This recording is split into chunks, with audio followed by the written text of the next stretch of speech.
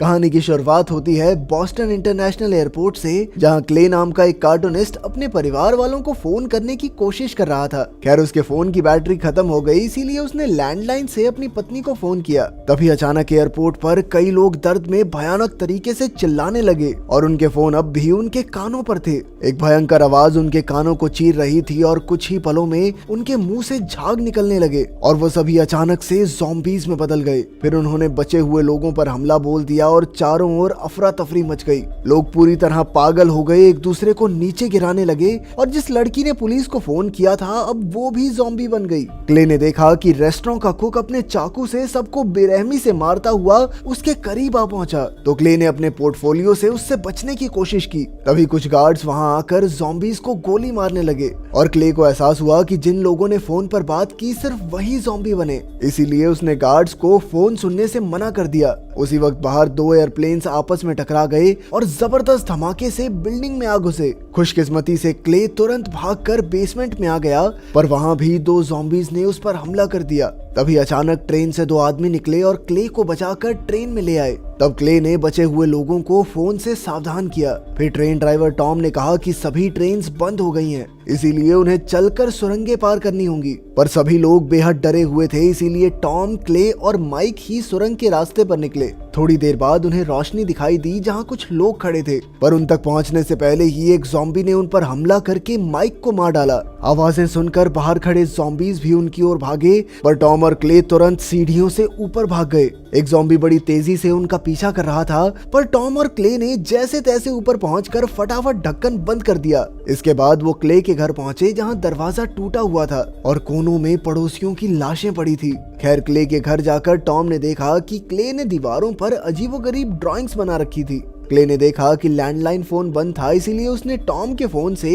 अपनी पत्नी को मैसेज भेजकर सावधान किया, पर जो जवाब आया वो उन्हें समझ ही नहीं आया। फिर टॉम ने उसे फोन फ्रीजर में रखने को कहा ताकि बैटरी जल्दी खत्म ना हो। इसके बाद शाम को जब वो दोनों आराम से बैठे हुए थे तो किसी ने अचानक से दरवाजा खटखटाया। क्ले ने धीरे से दरवाजा खोला तो वहाँ उसकी पड़ोसन एलिस थी। उसके हाथ में चाकू था जिससे खून टपक रहा था, लेकिन वो ज़ॉम्बी नहीं लग रही थी, इसीलिए क्ले उसे अंदर ले आया। फिर एलिस ने डरते डरते बताया कि उसकी माँ भी ज़ॉम्बी बन गई थी, इसीलिए उसे अपने हाथों से अपनी माँ को मारना पड़ा। क्ले ने उसे नहाने को कहा और उसे अपनी पत्नी के कुछ साफ कपड़े दिए। फिर क्ले ने फैसला किया कि वो अपने परिवार को ढूंढने बाहर जाएगा, क्योंकि जब ये हमले शुरू हुए थे तो उसकी अपनी पत्नी से आम इंसान की तरह बात हुई थी, यानी हो सकता है कि वो अब भी ज़ॉम्बी ना बने हों।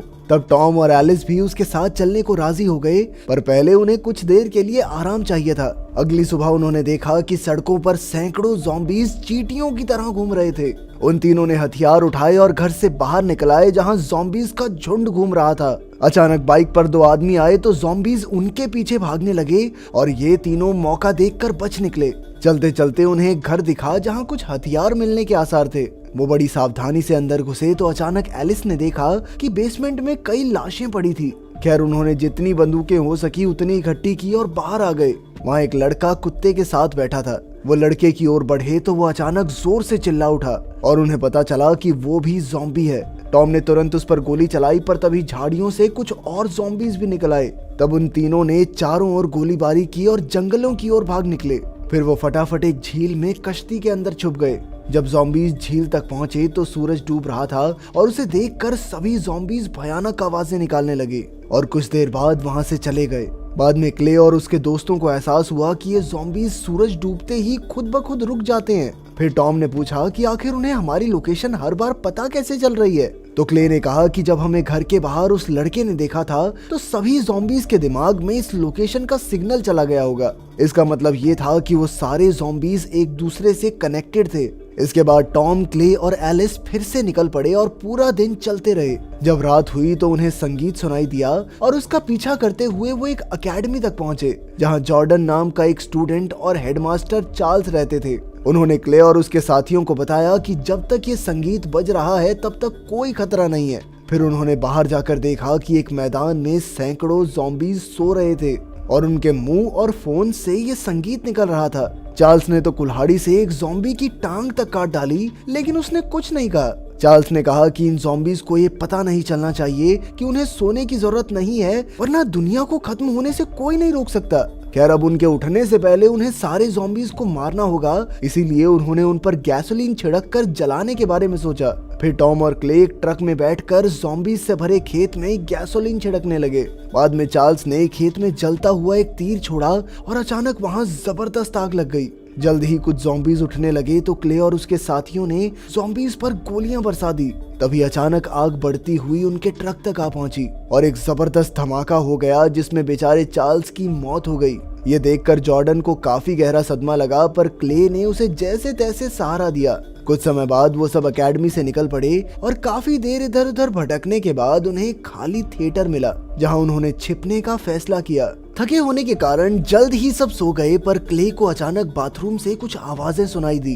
क्ले बाथरूम में गया तो उसे एक ज़ॉम्बी बना आदमी दिखाई दिया जो बिल्कुल राक्षस बन चुका था।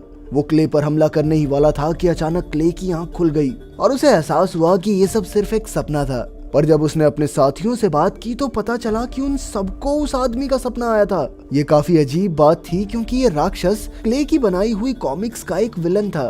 खैर रात होने पर जब वो सब बाहर निकले तो उन्होंने देखा कि हजारों फोन्स का ढेर बनाकर जला दिया गया था। तभी टॉम और एलिस के फोन की घंटी बजी तो उन्होंने भी अपने फोन इस ढेर में फेंक दिए। फिर कुछ घंटे चलने के बाद उन्हें एक बार मिला जिस पर लिखा था कैशबैक नोफो। उन्हें लगा कि शायद इसका मतलब होगा कि फोन अंदर ले जाना अलाउड नहीं है, तो उनके पास फोन थे नहीं तो वो अंदर घुस गए। असल में यहाँ काफी सारे इंसान थे जो ज़ॉम्बीज बनने से बच गए थे और अब उन सब का प्लान था काशवाक नाम की एक जगह जाने का, क्योंकि वहाँ 1% भी फोन सिग्नल नहीं आते। बाद में टॉम ने क्ले से पूछा कि उसकी कॉमिक के अंत में क्या होता है, पर क्ले के पास कोई जवाब नहीं था क्योंकि उसने कॉमिक खत्म ही नहीं की थी। खैर बाद में जब सब सो रहे थे तो अचानक सैली को अजीब सी आवाजें सुनाई दी। उसने देखा कि दरवाजा तो बंद था, इसीलिए उसने दरवाजे पर कान लगाकर वो आवाज सुनी। तभी क्ले की भी आंख खुली और वो सैली की ओर बढ़ा, पर अचानक वहाँ मौजूद कुछ लोगों ने उस पर हमला कर दिया। असल में सैली और ये लोग न जाने कैसे ज़ॉम्बीज बन गए थे और जल्द ही उस बार में हाहाकार मच गया। क्ले ने गोली चलाकर एक ज़ॉम्बी से अपनी जान बचाई और टॉम ने भी उन्हें मारना शुरू कर दिया। उधर सैली एक आदमी के कान में भयंकर तरीके से चीख कर उसे ज़ॉम्बी बना रही थी। तब हमें पता चलता है कि अगर कोई ज़ॉम्बी की चीख को नजदीक से सुन भी ले तो भी वो ज़ॉम्बी बन जाता है। जल्द ही ये ज़ॉम्बीज बचे हुए लोगों पर हमला करने लगे, पर टॉम और एलिस ने धुआंधार गोलीबारी करके सबकी जान बचाई। आखिरकार एलिस ने सैली के सर पर बट मारकर उसका काम तमाम कर दिया, पर सभी ने देखा कि ज़ॉम्बीज के वार से एलिस बुरी तरह जख्मी हो चुकी थी। इसीलिए वो उसे धूप में ले आए जहां एलिस ने अपनी आखिरी सांसें ली। उसे दफनाने के बाद टॉम, क्ले और जॉर्डन फिर से एक नए सफर पर चल पड़े, पर वो ये नहीं जानते थे कि सपने वाला राक्षस उन पर नजर रखे हुए था। कुछ घंटों बाद उन्हें एक कैंप मिला जहां रे और डेनिस नाम के लोग थे। उन्होंने बताया कि वो काशवाक जाकर आ चुके हैं, पर पिछले साल ही वहाँ फोन टावर लग गया था, इसीलिए वहाँ जाने का कोई मतलब नहीं बनता। बाद में पता चला कि रे और डेनिस को भी वो राक्षस वाला सपना आया था। उन सब ने हिसाब लगाया कि शायद राक्षस को मारने से सारे ज़ॉम्बी खत्म हो जाएंगे। फिर क्ले ने देखा कि उन्होंने एक ज़ॉम्बी को बांध रखा था, तो पता चला कि ये डेनिस का भाई था। जैसे ही ज़ॉम्बी उनके नजदीक आते हैं तो ये चीखने लगता है, जिससे डेनिस और रे को पहले ही पता चल जाता है। तभी अचानक वो ज़ॉम्बी क्ले के बेटे की आवाज में कहने लगा कि पापा आप घर कब आओगे। जब क्ले उसके पास गया तो उसने बच्चे की आवाज में कहा हाय पापा। तब टॉम ने तुरंत उसे गोली मार दी ताकि वो उनकी लोकेशन बाकी ज़ॉम्बीज को न बता दे। इसके बाद वो सब रे के आइसक्रीम ट्रक में बैठकर भाग निकले, पर कुछ घंटे बाद रे अचानक रुक गया और जंगल की ओर जाने लगा। तब क्ले भी उसके पीछे गया तो रे ने बताया कि उसे हर जगह वो सपने वाला राक्षस दिख रहा है और अब वो ऐसी जिंदगी से तंग आ चुका है। अब वो और नहीं झेल सकता था, इसीलिए उसने क्ले को एक फोन नंबर दिया और कहा कि जब सही वक्त आए तो तुम स्लिप पर लिखे हुए इस नंबर पर कॉल करना। फिर अचानक ही वहाँ एक बम फट गया जिसमें रे की जान चली गई। कुछ समय बाद बाकी बचे हुए लोग क्ले के घर पहुंचे।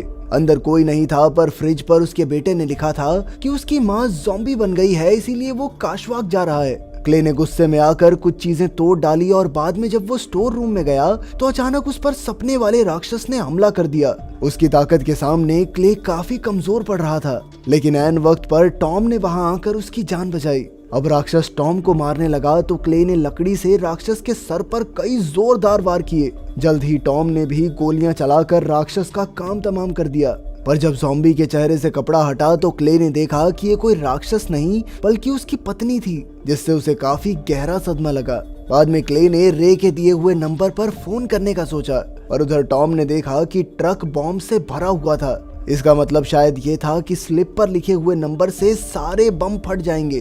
तब क्ले ने अकेले ही काशवाक जाने का फैसला किया, क्योंकि वो किसी भी हालत में अपने बेटे को ढूंढना चाहता था। उसने टॉम, डेनिस और जॉर्डन को अपनी पत्नी की गाड़ी की चाबी देकर कनाडा जाने को कहा। फिर उसने जॉर्डन को स्प्रे पेंट भी दिया ताकि वो रास्ते में अपने नाम के अक्षर पेंट करे, जिसे देखते हुए बाद में क्ले उन तक पहुंच सकेगा। आखिरकार सबको अलविदा कहकर क्ले ट्रक में निकल गया, और जब वो काशवाक पहुंचा तो उसने देखा कि हजारों ज़ॉम्बी टावर के चक्कर लगा रहे थे। क्ले उन्हें रौंदते हुए आगे बढ़ गया और आखिरकार वो राक्षस के सामने आ गया। उसने राक्षस पर भी ट्रक चढ़ा दिया और बाहर आकर उस पर अंधाधुंध गोलियां चला दी। अचानक उसे अपने बेटे की आवाज सुनाई दी तो वो पागलों की तरह ज़ॉम्बीज के झुंड में घुस गया।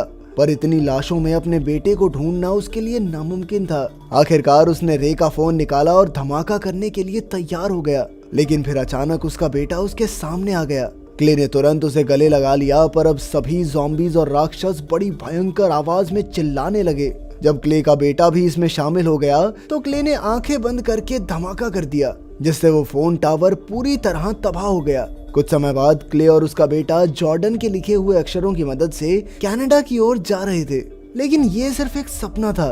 असल में तो क्ले ज़ॉम्बीज के झुंड में शामिल होकर टावर के चक्कर लगा रहा था।